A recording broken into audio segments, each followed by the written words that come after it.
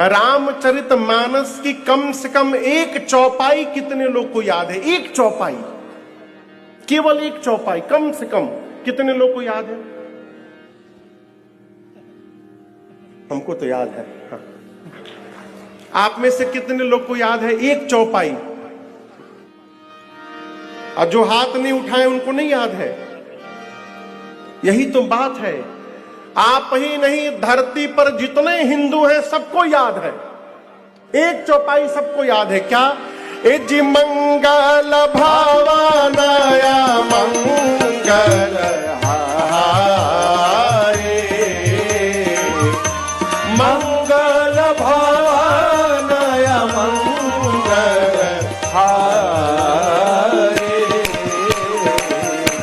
प्रभु सुदशरथ अजिर बिहारे, प्रभु सुदशरथ अजिर बिहारे, प्रभु सुदशरथ अजिर बिहारी। ये चौपाई कितने लोग को याद थी? पहले क्यों नहीं उठाए हाथ? महाराज, हमको तो पता ही नहीं था ये रामचरितमानस की चौपाई है। अरे पहले भले किसी को याद होगा भी नहीं, लेकिन अब इस चौपाई के साथ न जाने का हो रहा है।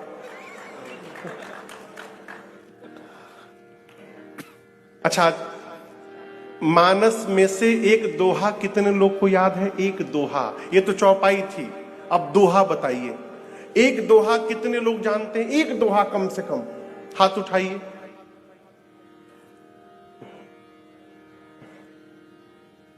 अभी आनंद आएगा। जो जो नहीं उठाया है उसको नहीं याद है ना? बोलिए, चलिए मेरे साथ गाइए। श्री गुरु चरण सरोज रज निज मन मुकुर सुधार, बरनौ रघुबर विमल जस जो दायक फलचार। ये दोहा है। ये दोहा कितने लोगों को याद था? पहले क्यों नहीं उठाए? महाराज, आप तो बोले थे रामचरितमानस, ये तो हनुमान चालीसा का। नहीं, यही तो बात है। जब लाल रंग के कपड़ा में बांध करके आरती उतारिएगा तो यही होगा। ये मानस जी में 7 कांड है। दूसरा कांड है अयोध्या कांड। अयोध्या कांड का पहला दोहा ही यही है। श्री गुरु चरण सरोज रज निज मन मुकुर सुधारी, बरनौ रघुबर विमल जस जो दायक फलचार। यहीं से अयोध्या कांड की कथा प्रारंभ होती है। याद सबको है ना? यही मानस जी की प्रामाणिकता है। आप दर्शन करिए, हम भले परिचित न हो, लेकिन मानस जी जनमानस तक पहुंच गए हैं। यही भगवान की व्यापकता है और इसका महत्व है।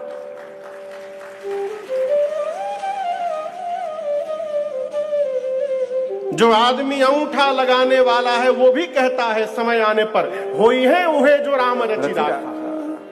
भले तोड़ के ही बोले, लेकिन बोलता अवश्य है। हम यहां बैठकर यदि आपको बांग्ला में कथा सुनाए, আমি কি বলবো, আমার মাথা অত যন্ত্রণা হচ্ছে না এখন, আমি বলতে পারছি না। পুরো কপাল আমার ব্যথা করছে। कुछ समझ में आया? हाँ, उसी प्रकार हमको आपकी भी समझ में नहीं आती। केवल इतना मालूम है, सड्डे नाल रहोगे तो ऐश करोगे।